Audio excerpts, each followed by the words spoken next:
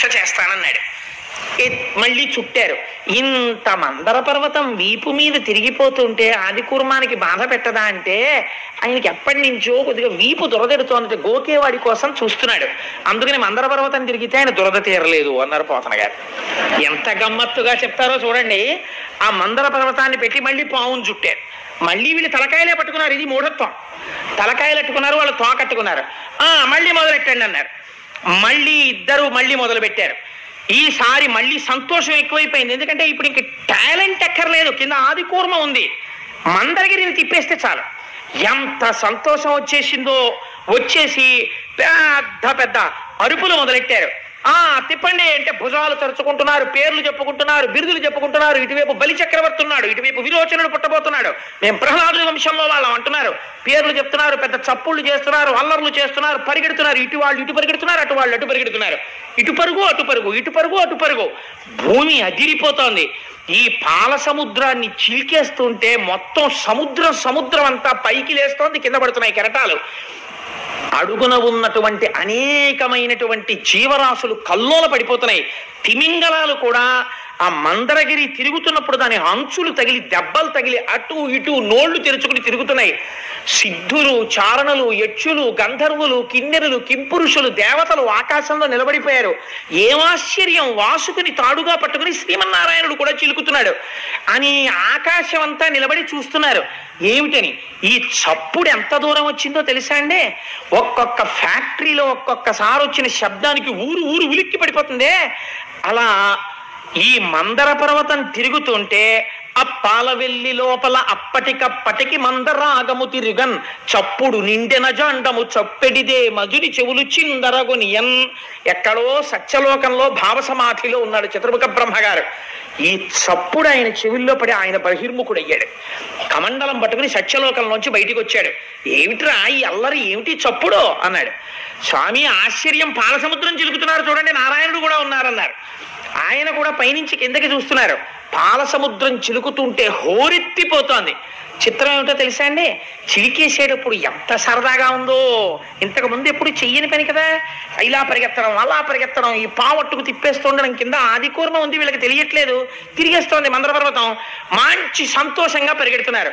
ఈ తిప్పడంలో ఆలోల జలధిలో పల్లనాలో నహి విడిచి సురలన సురల బరపన్ గీలా కోలాహలమున హాలాహల విషము పుట్టె అవనీనాథ. ఆయన చెప్పేశాడు, హాలాహలం ముందు పుట్టుకొచ్చింది, అమృతం రాలేదు. అది ఒక్కసారి పాలసముద్రం మించి పైకి లేచింది. ప్రళయకాలంలో పుట్టే అగ్నిహోత్రం ఎలా ఉందో అలా ఉంది, వెంట తరుగుతోంది. ఈ దేవతలు, రాక్షసులు వాసుకుని వదిలిపెట్టేశారు. చతుర్ముఖ బ్రహ్మగారు సత్యలోకంలో ఉన్నవాడు, ఆయన కూడా పరుగు మొదలెట్టాడు. ఆయన శ్రీమన్నారాయణుడు రక్షించడం కోసం వాళ్ళతోనే ఉన్నాడండి పరమాత్మ. అందరూ కలిసి పరిగెత్తారు. ఎక్కడికి పరిగెత్తాలి? ఇప్పుడు ఎవరు రక్షిస్తాడు? పర్వతాలు కాలిపోతున్నాయి, గుహలు కాలిపోతున్నాయి, మనుషులు కాలిపోతున్నారు, సిద్ధుల విమానాలు కింద పడిపోతున్నాయి, లోకాలన్నీ అగ్నిహోత్రం ప్రబలిపోతోంది, అరణ్యములు దహించుకుపోతున్నాయి, ప్రాణులు మాడిపోతున్నారు. శని కైలాసముజొచ్చి శంకరుడి వాసద్వారముంజేరి ఈశుని దవ్వారికు లడ్డు పడ్డ తలమంచుంజొచ్చి కుయ్యో మొర్రో విను మాలింపుము చిత్తగింపుము దయన్ వీక్షింపు మంచంబుజానన ముఖ్యల్కని రక్తరక్షణ కళ సంరంభునిన్ శంభునిన్ అంటారు పోతన గారు. పరిగెత్తి కైలాస పర్వతం మీద ఉన్నటువంటి పరమశివుని యొక్క అంతఃపురం దగ్గరికి వెళ్ళి దవ్వారికు లడ్డు పడ్డా. ఏమిటి ఇంతమంది పరిగెత్తుకొచ్చి లోపలికి వెళ్ళిపోతున్నారు? వెళ్ళకూడదని శూలాలు అడ్డెట్టారు. ఉండవా బాబు, వెనకాల హాలాహలం తరుగుకొచ్చేస్తుంది. అలా శూలాలు తోసేసి లోపలికి వెళ్ళి ఇంకా లోపల గదిలోకి వెళ్ళకూడదని అక్కడే నిలబడి కుయ్యో మొర్రో విను మాలింపుము చిత్తగింపుము దయన్ వీక్షింపు మంచంబుజానన ముఖ్యల్. పోతన గారు లైవ్ టెలికాస్ట్ అండి. ఘంటం పరిగెడుతోంది కానీ ఇక్కడ దర్శనం చేస్తూ ఆ ఘంటం వెళ్ళిపోతోంది, ఆంధ్రీకరణ. అలాంటప్పుడు అయా మహానుభావ, సాంబ సదాశివ, శంభో మహాదేవ ఇలాంటి స్తోత్రాలు చేయరు. ఓయమ్మో వచ్చేస్తోంది అగ్నిహోత్రం, బాబోయ్ స్వామి రండే రండే అంటారు. అందుని కుయ్యో మొర్రో తెలుగు మాటలు యథాతథంగా వేశారు పోతన గారు. విను మాలింపుము చిత్తగింపుము దయన్ వీక్షింపుమన్ సంబుజానన ముఖ్యల్. బ్రహ్మాది దేవతలు అరుస్తున్నారు బయట. నిలబడుతుంటే పార్వతీ సహితుడై లోపలున్నాడు స్వామి. విన్నాడు, అయ్యో ఏదో ఆపదొచ్చినట్లుంది పార్వతి అని గబగబ బయటకు వచ్చేసాడు స్వామి. వాళ్ళు వచ్చేసారు. ఇప్పుడు కూర్చోండి లోపల నుంచి కుర్చీలు పట్టరా, చాలా మంది వచ్చేసారు. లేకపోతే అలా సప్లై ఆఫీస్కి వెళ్ళి 4 కుర్చీలు ఎట్రా, లేకపోతే నా తపశ్శక్తితో 4 మంటపాలు నిర్మిస్తాను అందరూ. ముందు వాళ్ళందరూ ఇలా చెమటలతో చేసుకుని బాబాయ్ స్వామి వచ్చారు, చెప్పండి అన్నారు. ఏమొచ్చిందిరా మీ అందరికీ, ఏమైంది అన్నాడు స్వామి. అంటే వీళ్ళకి మాత్రం ఇంకా లౌకిక బుద్ధి పోలేదు. ఎంత తెలివితేటలుగా మాట్లాడతారో చూడండి. స్వామి పాలసముద్రం చిలికాం, ఎప్పుడు బతికుండిపోదామని, అందులోంచి హాలాహలం వచ్చింది, మీరు గుచ్చేసుకోండి అంటే కోపడతాడేమోనని. మరి ఆయన అంటే మాటలేంటి, జగత పితరౌ వందే పార్వతీ పరమేశ్వరౌ, మొత్తం విశ్వానికి తండ్రి. అందుకని ఆయన దగ్గరికి వెళ్ళి భూతేశ భూతాత్మ భూతభావన రూప దేవ మహాదేవ దేవవంద్య, ఈ లోకములకెల్ల ఈశ్వరుండవు నీవు, బంధమోక్షములకు ప్రభుడవీవు, శక్తియుతుడవీవు, శబ్ద యోనివీవు, జగదంతరత్నవీవు, ప్రాణమరయ అఖిలమునకును.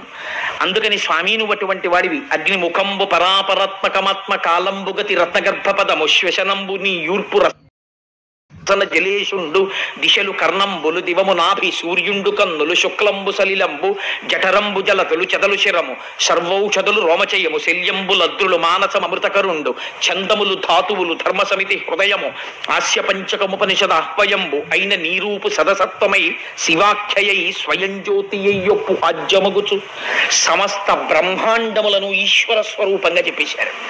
ఈశ్వర, ఈ విశ్వమంతా నిండి నిబిడీకృతమైనటువంటి వాడివి నువ్వే, నువ్వు తండ్రివి. మేము చెయ్యకూడనటువంటి పని ఒకటి చేశాం. భుజశక్తి, ఒంటికి తీట ఉంది కదా అని ఎవరిని ముందు ప్రార్థన చేసి మొదలు పెట్టాలో, ఇంట్లో ఏదైనా ఒక మంచి కార్యం చేస్తుంటే ఒక సంప్రదాయం ఉంటుంది. ముందు తన తల్లిదండ్రులకు నమస్కారం చేసి, అందుకే బట్టలు పెట్టి పీటల మీద కూర్చుంటారు. ఆ జగత పితరౌ వందే పార్వతీ పరమేశ్వరౌ, వాళ్ళకి నమస్కరించలేదు, నేర్పాలి పాఠం అనుకున్నాడు స్వామి వీళ్ళకి. అందుకని ఏమైంది, ఇప్పుడు వెళ్ళి చెప్తున్నారు భుజశక్తిని వెళ్ళి ఆ మందర పర్వతాన్ని పెట్టి చిలికితే అమృతం రాలేదు. హాలాహలంబు జనించే ఏరి కలంఘమై భవనంబు కోలాహలంబు చేసి చిచ్చు లాగమంగుని ప్రాణి సందోహమున్ బ్రతికింపవేదయ దొంగిలింపకనీశ్వర.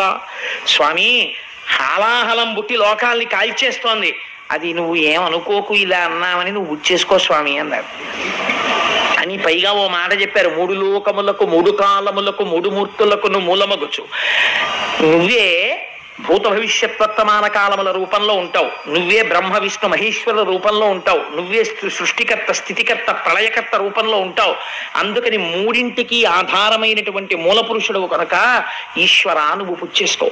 లంపటము నివారింపను సంపద కృప చేయ జయము సంపాదింపన్ చంపెడి వారి వధింపను సోంపారగ నీక చెల్లు సోమార్థధర. ఈశ్వర, లంపటము నివారింపను, జ్ఞానం కలగాలంటే మనంత మనకి కలదు, శివానుగ్రహం ఉండాలి, ఉంటేనే లంపటం తొలగుతుంది. లంపటము నివారింపను సంపద కృప చేయ, జ్ఞానం ఇస్తాడు కాబట్టి ఐశ్వర్యం ఇవ్వడనుకుంటారు చాలా మంది. ఐశ్వర్యమునకు అసలైనటువంటి స్థానమేది? మీకు నేను ఒక పరమ యథార్థం చెప్పనండి. శివ పూజ. లక్ష్మీ కటాక్షం ఎక్కడి నుంచి వస్తుందంటే శివ పూజలోంచే వస్తుంది. మారేడు దళాన్ని శివలింగం మీద పడితే వెనకాల ఉన్నటువంటి ఈయన శివలింగానికి తగిలిందా, వెంటనే ఐశ్వర్యం వచ్చేస్తుంది. మారేడు దళం బోర్లా పడిందా, జ్ఞానం వస్తుంది. 2 కూడా ఫలితాలని ఇచ్చేస్తాయి. అందుకే శంకరుడి దగ్గరికి వెళ్ళి మారేడు దళంతో చేసేటప్పుడు కొన్ని నామాలు చెప్తారు. ఓం నిధనపతయే నమః, ఓం నిధనపతాంతికాయ నమః, ఓం ఊర్ధ్వాయ నమః, ఓం ఊర్ధ్వలింగాయ నమః, ఓం హిరణ్యాయ నమః, ఓం హిరణ్యలింగాయ నమః, ఓం దివ్యాయ నమః, ఓం దివ్యలింగాయ నమః అంటూ ఆ దళాలు వేస్తారు. త్రిదళం త్రిగుణాకారం త్రినేత్రం త్రియాయుధం త్రిజన్మ పాప సంహారం ఏకబిల్వం శివార్పణం అంటున్నాం. అందుకని వాళ్ళు ఇప్పుడు మారేడు దళాలతో పూజ చేసేస్తున్నారు 3 గురించి చెప్తూ. అందుకని 3 మూర్తులకును 3 లోకములకు 3 కాలములకు మూలమగుచు భేదమగుచు తుదిక భేదమయ్యొప్పారు బ్రహ్మమగుచు బ్రహ్మమనగ నీ విఫాలనయన. నీ అనుగ్రహం లేనంత కాలం మనిషి ఎంతసేపు నేను విష్ణు భక్తుండని శివుణ్ణి ద్వేషించడమో, శివభక్తుండని విష్ణువుని ద్వేషించడమో చేస్తాడు. ఎప్పుడు శివానుగ్రహం కలుగుతుందో అప్పుడు ఉన్నవి 3 లేవు, ఒక్కటే ఉంది, 3గా కనపడుతోందని జ్ఞానం వస్తుంది. అందుకని పాలనయనా, 3వ కన్నున్నవాడా నువ్వు ఆ జ్ఞానం ఇవ్వాలి. ఈశ్వర, నువ్వు మాత్రమే మమ్మల్ని రక్షించాలి, ఈ హాలాహలాన్ని నువ్వు పుచ్చుకో అన్నారు. అందుకని శంకరుణ్ణి లోకములకు తండ్రి అని పిలిచారు. తండ్రికి ఒక లక్షణం ఉంటుంది. కొడుకు ఐశ్వర్యం ఉన్నప్పుడు తండ్రి గుర్తు రాకపోవచ్చు కొడుక్కి, కానీ తండ్రికి కొడుకు ఎప్పుడు జ్ఞాపకం ఉంటాడో తెలుసా అండి? కొడుకు సుఖపడితే తండ్రి తాను సుఖపడకపోయినా ఆనందిస్తాడు. వాడు ఏసీలో ఉన్నాడు, వాడు కారులో ఉన్నాడు, వాడు సంతోషంగా ఉన్నాడు, వాడు ఆరోగ్యంగా ఉన్నాడంటే ఇక్కడ తండ్రి ఓ పెంకుటింట్లో ఉన్నా, ఓ డాబా ఇంట్లో ఉన్నా, పోన్లే నా కొడుకులు సుఖంగా ఉన్నారు, నా కోడళ్ళు సుఖంగా ఉన్నారు, నా కూతుళ్ళు సుఖంగా ఉన్నారు, అల్లుళ్ళు సుఖంగా ఉన్నారు అంటాడు. కొడుక్కి ఆపదొచ్చి తనకి ఆరోగ్యంగా ఉన్నా సరే వెంటనే కళ్ళంబట నీళ్లు పెట్టుకుని నా కొడుక్కి అయ్యో ఆపదొచ్చిందని ఒక్కనాడు తన దగ్గరికి రాని వాడి దగ్గరికి తాను పరిగెడతాడు. తండ్రికి ఈ లక్షణం ఉంటుంది, కొడుకు సంతోషంగా ఉండాలని కోరుకుంటాడు. ఇది తండ్రి అయినటువంటి శంకరుడు ఎందు చూపిస్తున్నారు పోతన గారు. ఎవరికీ అక్కర్లేని హలాహలాన్ని శంకరుడు గుచ్చుకుంటే మరి ఆయనకి రాదండి ప్రమాదం. ఇప్పుడు ఆయనకి ప్రమాదం వస్తే బాధపడే వాళ్ళు ప్రపంచం మొత్తం మీద ఎవరు కనపడుతున్నారు చెప్పండి నాకు? ఒక్క పార్వతీదేవే కనపడుతోంది. మిగిలిన వాళ్ళందరూ అయ్యా మీరు బుచ్చేసుకోండి, మీరు బుచ్చేసుకోండి, మీరు బుచ్చేసుకోండి అనేవాళ్ళే. నాన్నగారు మీరు విఆర్ఎస్ పెట్టేసేయండి, నాన్నగారు మీరు ఎలాగో అలా విఆర్ఎస్ పెట్టేస్తే కొంత వస్తుంది కదా, డబ్బులు పట్టుకుని నేను అమెరికా వెళ్ళిపోతాను, అమెరికా వెళ్ళిపోయి సెటిల్ అయిపోయిన తర్వాత నెలకి 3 లక్షలు వచ్చేస్తుంది నాకు, ఒక్క 5 ఏళ్ళు చేశానా నాన్నగారండి మీకు పాలరాతి భవనం కట్టేస్తాను, 5 కార్లు కొంటానంటాడు. ఎవరు నమ్మాడు? తండ్రిని కొడుకులును కోడళ్ళు ఇలా అడుగుతుంటే అమ్మో ఈయన వృద్ధాప్యం ఎలా విడుతుందో ఏమిటో అని బెంగ పెట్టుకుని ఇది వింటూ ఉండేది భార్య ఒక్కతే. ఈ నిర్ణయం చెప్పేటప్పుడు ఆయన మాత్రం ఆవిడ దగ్గరికి వెళ్ళి ఏమే ఇలా అడుగుతున్నారు చైనా అన్న మాట అడుగుతాడు ఆవిడ్ని. లోకమంతా ఒకలా ఉన్నా తన భార్యతో భర్త ఎలా ఉండాలో, ఎలా ఉంటే తల్లిదండ్రులు అనిపించుకుంటారో చూపిస్తున్నారు పోతన గారు.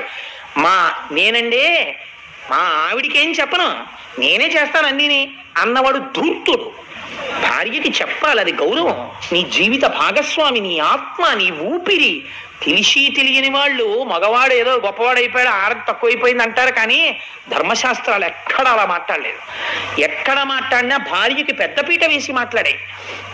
ఆయన ఎవరికి చెప్పాడో తెలుసా అండి? వీళ్ళందరూ వచ్చి ఆయన అడిగితే సరే అబ్బాయి నేను ఆలోచిస్తాను, మరి అది కొంచెం వేడిగా ఉంటుందా, తాగితే ఏమైనా ప్రమాదం వస్తే మీరు ఏమైనా చేసి పెడతారా, అప్పుడు ఇంద్రుడికి అశ్వమేధ యాగం చేసినట్టు మళ్ళీ నాకు ఏమైనా చేస్తారా, మీతో పాటు అశ్విని దేవతలు వచ్చారా, గబుక్కుని ఇమీడియట్ సర్జన్ ఉన్నాడా, ఇవన్నీ ఆయన ఏం అడగలేదు. ఆయన ఎవరితో మాట్లాడో తెలుసండి? పార్వతీదేవి దగ్గరికి వెళ్ళాడు. పెడితే అమ్మవారు చిరునవ్వులు చిందిస్తూ తాంబూలం వేసుకుని కూర్చుంటుంది. ఇంట్లో ఉన్నటువంటి స్త్రీ గృహిణి మధ్యాహ్నం భర్త భోజనం అయిపోయిన తర్వాత తాంబూలం వేసుకు కూర్చుంటే ఆ ఇంటికి ఐశ్వర్యం, సంతానాభివృద్ధి, మహాపతివ్రత లక్షణం. అందుకే పూర్వం అమ్మవారికి తాంబూలం పెట్టి మధ్యాహ్నం అయిన తర్వాత ఆ తాంబూలం తీసుకుని ఆడవాళ్ళు తాంబూలం వేసుకుని తాంబూల చర్వణంతో ఉండేవారు. సరే ఇప్పుడు నేను ఆ తాంబూలం గురించి చెప్పమంటే మహా సంతోషం, అది వేరే విషయం. నేను ఇప్పుడు దాని జోలికి వెళ్ళను అనుకోండి, ఎందుకు వచ్చిన గొడవ, క్షీరసాగర మదనం చెప్పుకుంటే చాలు. అందుకని చెప్పి అమ్మవారు తాంబూలం వేసుకుని ఎంతో సంతోషంగా ఉంటే శంకరుడు ఆవిడ వంక చూసి అన్నాడు, కంటే జగముల దుఃఖము వింటే జల జనిత విషపు వేడిమి ప్రభువయ్యుంటకు ఆర్తుల ఆపద గెంటించుట దాన ఫలము దానం కీర్తి మృగాక్షి. ఈ ఘట్టం విన్నటువంటి వాళ్ళకి కొన్ని కోట్ల జన్మల వరకు 5వ తనం తరిగిపోకుండా కాపాడుతుంది. తెలుసా అండి? అంత గొప్ప ఘట్టం. ఎందుకంటే అమ్మవారి మంగళసూత్రం గురించి వస్తుంది ఇప్పుడు ఈ ఘట్టంలో. అందుచేతనే ఈ ఘట్టాన్ని తేలికగా దాటకుండా పద్యాలు చెప్పే ప్రయత్నం చేస్తున్నాను. కంటే జగముల దుఃఖము వింటే జల జనిత విషపు వేడిమి. చూసావా, నీళ్లలోంచి వేడి పుట్టింది పార్వతి. పిల్లలందరూ ఏడుస్తున్నారు పాపం. ప్రభువయ్యుంటకు ఆర్తల ఆపద గెంటించుట దాన ఫలము దానం కీర్తి మృగాక్షి. ప్రభు అన్నవాడు ఏం చెయ్యాలి? బిడ్డలకి కష్టం వస్తే ఆదుకోవాలి. తండ్రిని నేనుండి ప్రయోజనం ఏమిటి? పిల్లలకు ఆపద వచ్చినప్పుడు రక్షించకపోతే. అందుకని వాళ్ళని రక్షించాలనుకుంటున్నాను పార్వతి. అంటే ఏమిటి దాని ఉద్దేశం? హాలాహలం ముచ్చేసుకుంటానని. అలా అంటే ఆవిడ ఏమైనా వద్దంటుందేమోనని ఇలా నరుక్కొస్తున్నాడు పిల్లల వైపు పెట్టి. ఆవిడెవరు? ఆవిడ ఈ సమస్త బ్రహ్మాండములకు ఆ బ్రహ్మకీట జనని మాతృత్వం భర్తృత్వాన్ని కూడా తోచేస్తుంది ఒక్కొక్కసారి. పిల్లాడు యొక్క ఆర్తితో కూడినటువంటి ఏడుపు విందనుకోండి అమ్మ, వెంటనే గబగబా వెళ్ళిపోతుంది. అందుకే ఒక నానుడు ఉంటుంది, పెళ్ళైన కొత్తల్లో ఉన్న ప్రేమ పిల్లలు పుట్టాక లేదండి మా ఆవిడకంటుంటారు. పిల్లల మీదకి వెళ్ళిపోతుందంటే ఆ తల్లితనానికి ఉన్న గొప్పతనం అది. అందుకని అమ్మతనాన్ని ఆవిడలోంచి ఉద్భుతం చేస్తున్నాడు శంకరుడు, ఎటువంటి మహాత్యాగండి నా స్వామి. అందుకని అమ్మతో అంటాడు, నువ్వు జగజ్జననివి, పిల్లలు ఏడుస్తున్నారు, తండ్రిని నేను పుచ్చుకోవద్దు పార్వతి, అందుకని పుచ్చేసుకుందాం అనుకుంటున్నాను. పుట్టింటి వైపు నుంచి నెరుక్కొచ్చాడు. హరిమది ఆనందించిన హరినాక్షి జగంబులెల్ల ఆనందించున్, హరియుడు జగములు మెచ్చక కరళము వారించు టొప్పు కమలదలాక్షి.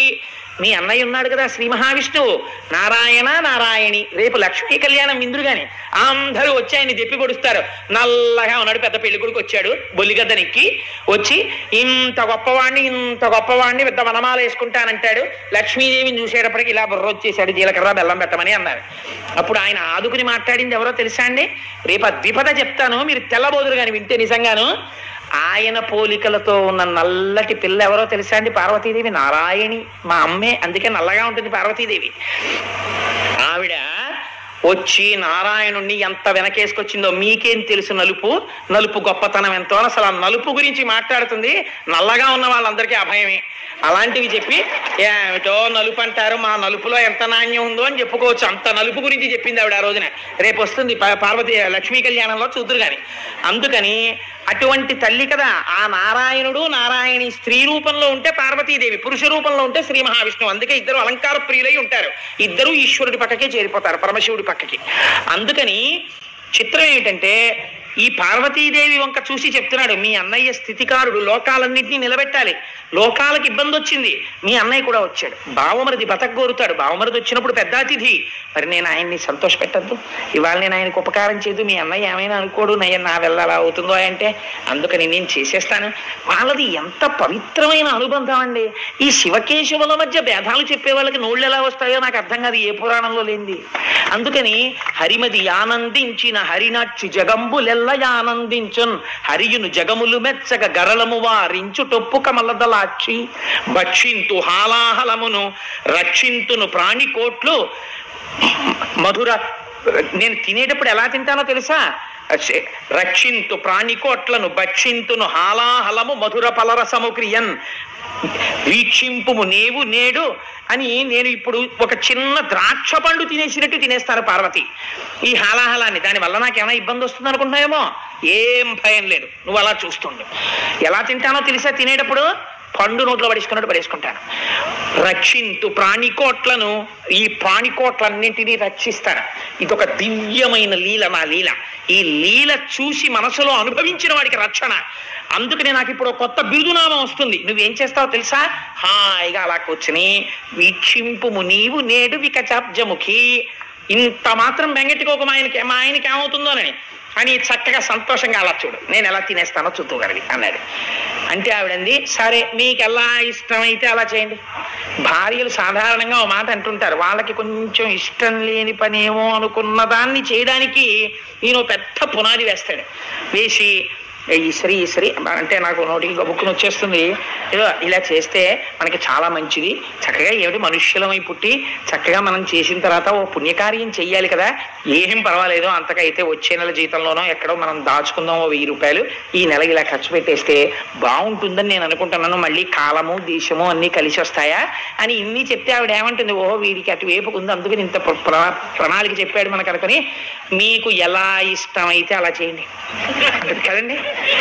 అలాగే అంది పార్వతీదేవి, మీకు ఎలా ఇష్టమైతే అలా చేయండి అంటే కళ్ళు తిరిగి కింద పడిపోయిన వాడు పరీక్షిత్.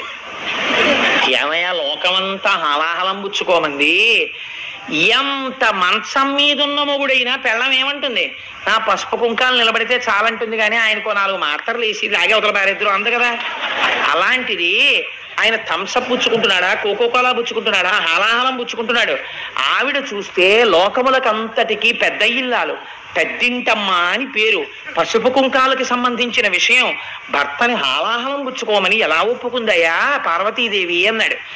అంటే పోతన గారు, వ్యాస భగవానుడు, వీళ్ళందరూ పరవశించి చెప్పుకున్న పద్యం మీకు చెప్పాను కదా. పోతన గారు ఏదైనా గొప్పది చెప్పవలసి వస్తే చిన్న పద్యంలో చెప్తారు. పోతన గారు అన్నారు, పార్వతీదేవి శంకరుణ్ణి హాలాహలం పుచ్చేసుకో అని ఎందుకు అనగలిగిందో తెలుసా?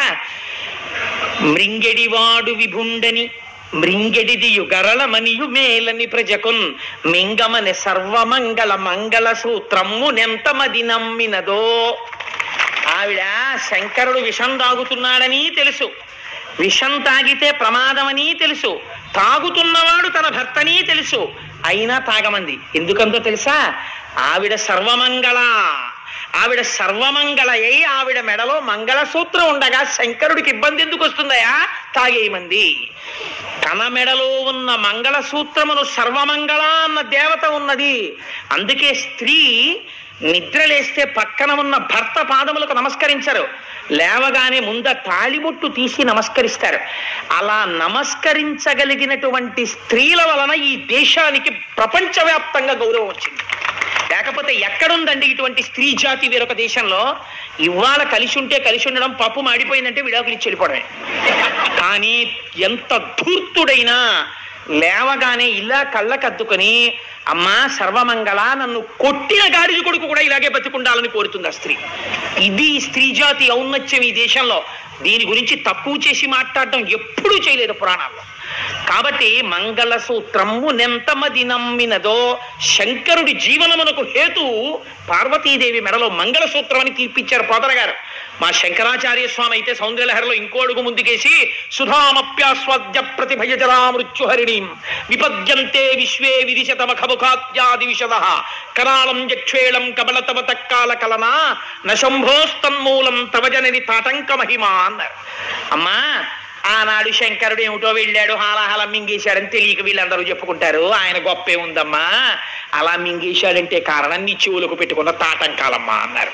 ఆడదాని సౌభాగ్య వస్తువుల్లో చెవులకు పెట్టుకునేటటువంటి ఆభరణాలు ఒకటి.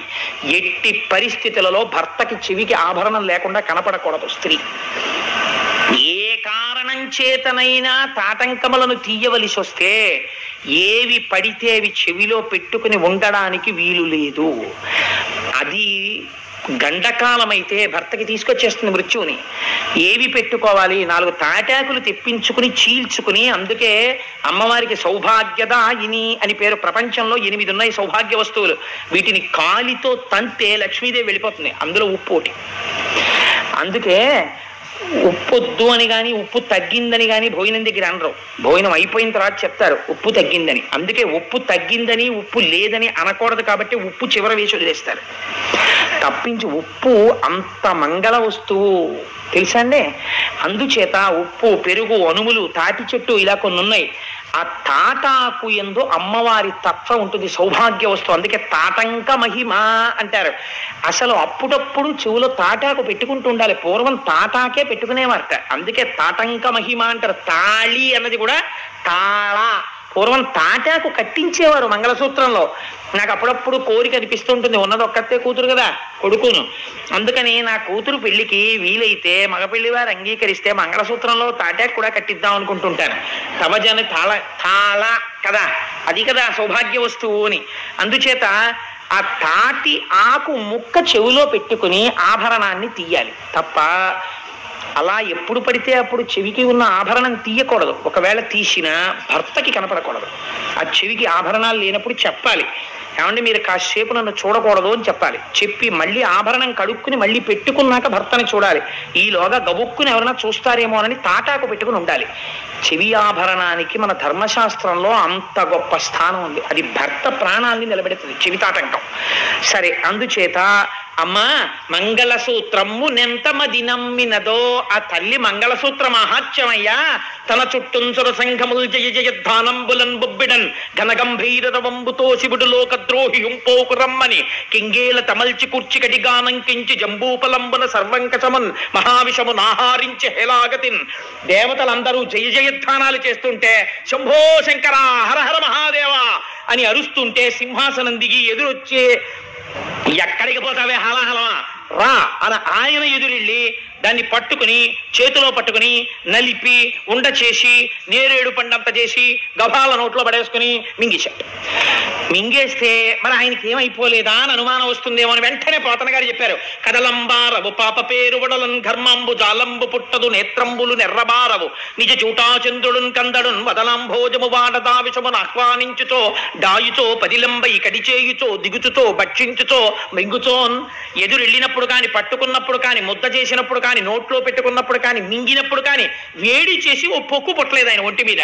ఇంత చల్లటి చంద్రుడు కందిపోలేదు. పిల్లపాములు ఆయన ఉంగరాల కింద పెట్టుకుంటాడు, చుట్టుకుంటాడు. ఓ పిల్లపాము వేడిగా ఉందని పక్కకి జారిపోలేదు. అలా నవ్వుతూ కూర్చున్నాయి. ఆయనకి ఒంటి మీద ఓ పొక్కెక్కలేదు, ఓ వేడి చేయలేదు. అలా చల్లటి చూపులతో అలాగే ఉన్నాడు. శంకరుడి పాదములను నమ్ముకున్నవాడు కూడా హాలాహలం లాంటి కష్టం వచ్చినా అలాగే ఉంటాడు చల్లగా. నా స్వామి పాదములు పట్టి ఉన్నాడు కాబట్టి వాడికి బెంగ ఉండదు.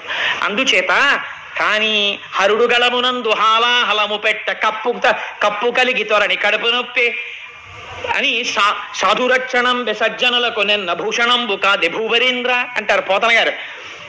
ఆయన నోట్లో పెట్టుకుని మింగుదాం అనుకున్నట్ట, ఇక్కడ దాకా వెళ్ళింది కంఠంలోకి. ఉదరము లోకంబులకును సదనంబకు తెరిగి చటుల విషాగ్నిన్ కుదురుకొనే కంఠబిలమున పదిలంబుగా నిలిపే సూక్ష్మఫల రసము క్రియన్.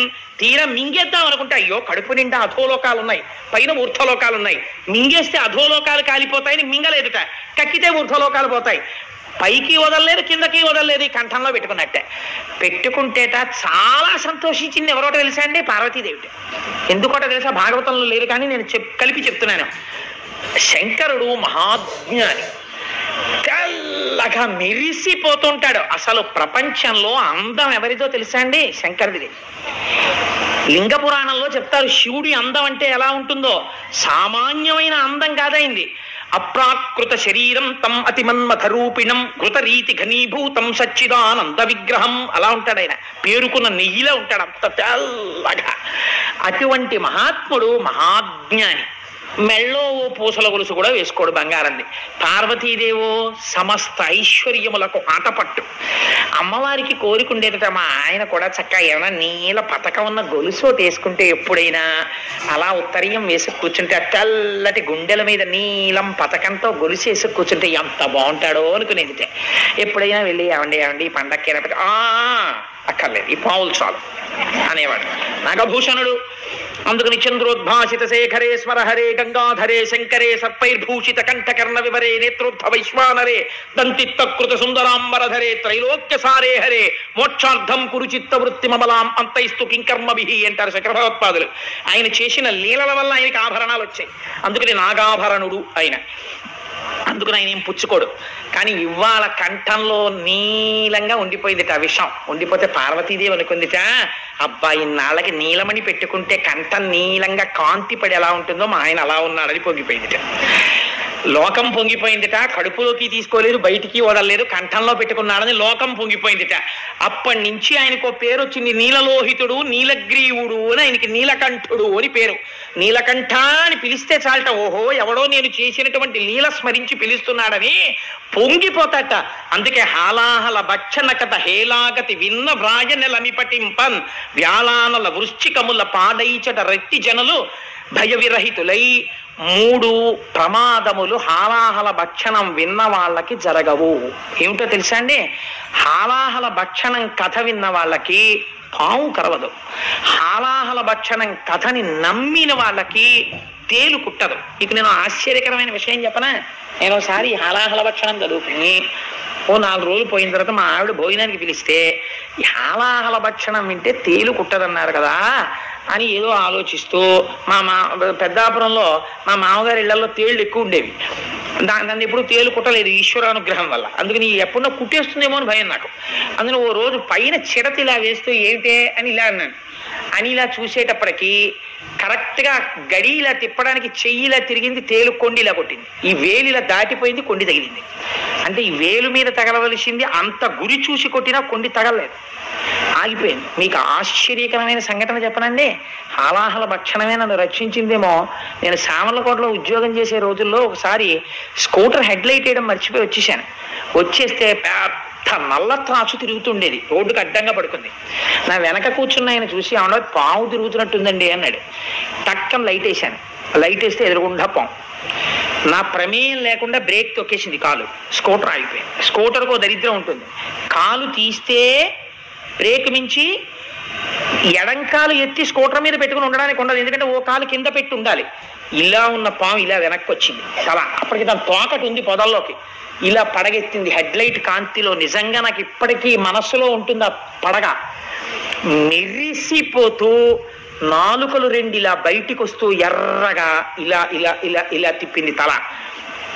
అక్కడే ఉంది నా పాదం, ఎడం పాదం కింద. అది ఆ రోజు కొట్టాలనుకుంటే ఒక్క క్షణం బండి టక్ టక్ టక్ టక్ టక్ టక్ టక్ టక్లాడుతూ చిమ్మ చీకట్లో అలా నిలబడి ఉన్నాను. వెనకాల ఆయన గుండెలు ఆగిపోయి రెండు కాళ్ళు పైకెత్తేసుకుని ఆయన కూర్చున్నాడు. అది ఇలా ఇలా చూసి ఏమనుకుందో, వీడిని నేను చంపకూడదు అనుకుందో ఏమో, తలంచుకుని మళ్ళీ ఇటు తిరిగి పొదలోకి వెళ్ళిపోయింది. అది వెళ్ళిపోవడానికి 1/2 నిమిషం టైం పట్టిందని అంత శరీరం. ఆనాడు పాము కరవకుండా నన్ను రక్షించిన వాడు నా స్వామి తప్ప ఎవరు రక్షించగలరు? ఈశ్వరుడు రక్షించాడు. ఆ పూనికతో ఆ భక్తితో చెప్పుకున్నాను తప్ప ఎప్పుడైనా పురాణం చెప్పుకుంటే నేను ఇతర కోరికలతో చెప్పుకోలేదు. అట్లాంటి సంఘటనలే నాకు భగవంతుడి పట్ల కృతజ్ఞతనిపించాయి. కాబట్టి వ్యాళానల వృశ్చికముల పాడైచర రెట్టి జనులు భయ విరహితులై అగ్నిహోత్రంలో కాలిపోయే ప్రమాదాలు రావు. అందుకే ఎప్పుడైనా ప్రమాదాలు ముంచుకొస్తే ఒక మాట చెప్తారు, పోనీ కనీసం చదవడం రాకపోతే ఇలాంటివి హాలాహల భక్షణ కథ. అందుకే ఇలాంటి వాటిని ఏం చేస్తారో తెలుసా అండి, బాగా దీర్ఘంగా చెప్పరు. ఇది ఓ కాగితం పట్టుకుని మీకేమీ రాకపోయినా ఇక్కడ ఉన్నది ఇక్కడ రాసిస్తే చాలు. అగ్నిహోత్రం వలన ప్రమాదం వస్తోందని జాతకంలో ఉంటే ఇది రాస్తే ఏ వేలో కొద్దిగా కాలు వదిలేస్తుంది.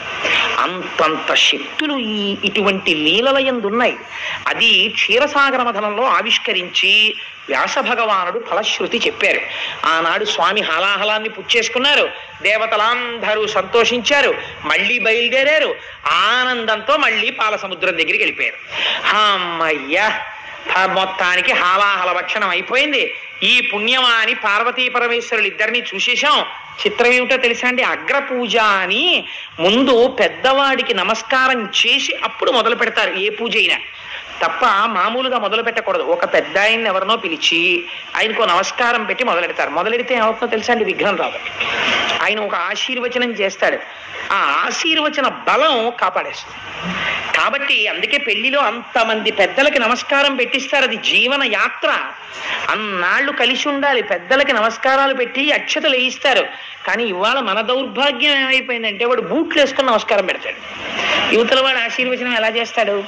కాబట్టి ఏదో పాపం పోన్లే, వీడి అజ్ఞానము క్షమించబడుగాక అనో అక్షత వేయాలి తప్ప ఆశీర్వచనం చేయడం ఎలా కుదురుతుంది? చెప్పులు వేసుకుని నమస్కారం పెట్టేవాడికి ఆశీర్వచనం ఏమిటి? బూట్లు వేసుకుని నమస్కారం పెట్టేవాడికి. అందుకని వాడికి ఆశీర్వచనం చేయడం కుదరదు. వాడు అహంకారంతో ఉన్నాడు. నువ్వు మహాత్యాగి అయితే ఏమో, అయితే కనీస మర్యాద ఏది, కనీస సంస్కారం ఏది? మర్యాద నేర్చుకోవాలి, ప్రయత్నపూర్వకంగా సంస్కారం నేర్చుకోవాలి. ఇది నిన్ను కాపాడేది. కాబట్టి వీళ్ళు మళ్ళీ శ్రీమన్నారాయణుడు చెప్పాడు కదా, మనందరికీ కూడా ముందు హాలాహలం వస్తుంది, బెంగ పెట్టుకోవద్దు, మనం మళ్ళీ వెళ్ళి క్షీరసాగరాన్ని మధించాలన్నాడు.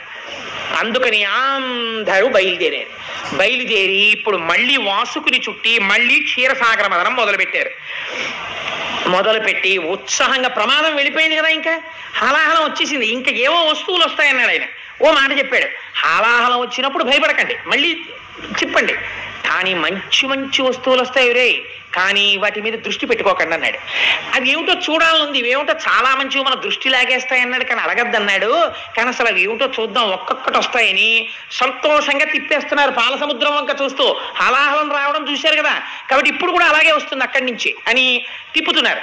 తిప్పుతుంటే ఆ ఆనంద సమయంలో అగ్నిహోత్రియనుచు ఆసురభిని దేవమునులు పుచ్చుకొని రిముని రింగి విభుద సంఘములకు వెర్రవుతో ఆత్వర హవులు పెట్టు కొరకు అవనినాథ మొట్టమొదట అందులోంచి సురభి కామధేనువు పైకొచ్చింది. ఆ పైకి వచ్చేటప్పుడు మొట్టమొదట వీపు, కొమ్ములు, తల, పృష్ఠభాగం, ఆ అందమైనటువంటి శరీరం, దాని 4 పాదములు, తోక, ఆ కన్నులు, ఆ ముట్టె, ఆ తల కనపడేటట్టుగా కామధేను వచ్చి నిలబడింది. అది కామధేనువు కోరికున్న కోరికలు తీరుస్తుంది. అందరూ నిలబడి నమస్కారం చేశారు ఆ కామధేనువుకి. ఇది విన్నంత మాత్రం చేత శక్తివంతం. ఆ కామధేనువుకి నమస్కరిస్తే దేవములు అన్నారు మహర్షులు, వీళ్ళకి లౌకికమైన కోరికలు ఉండవు. ఇంకా దాన్ని తీసుకొచ్చి పెరట్లో పెట్టేస్తామానో ఓ కప్పు కాఫీ ఇచ్చే, ఓ కప్పు టీ ఇచ్చే అంటూ ఉండరు. ఈ పాలతో మేము హవిస్సులు అర్పిస్తాం అన్నారు. ఎందుకు ఇస్తారు హవిస్సులు? లోక కళ్యాణార్థం. వాళ్ళు దేవములు, వాళ్ళకి కోరికలు ఉండవు, వాళ్ళు చెయ్యాలి. అందుకే బ్రాహ్మణుడికి గోదానం చేశారు అంటారు. ఎందుకో తెలుసా అండి? ఆయన ఏం చేస్తాడు? తోడెట్టుకు పెరుగు తినడం. ఆయన ఓ పట్టుకెళ్ళి శివలింగానికి అభిషేకం చేస్తాడు. చేస్తే ఏమవుతుంది? లింగం చల్లబడుతుంది. శివలింగం చల్లబడితే లోకం అంతా చల్లగా ఉంటుంది.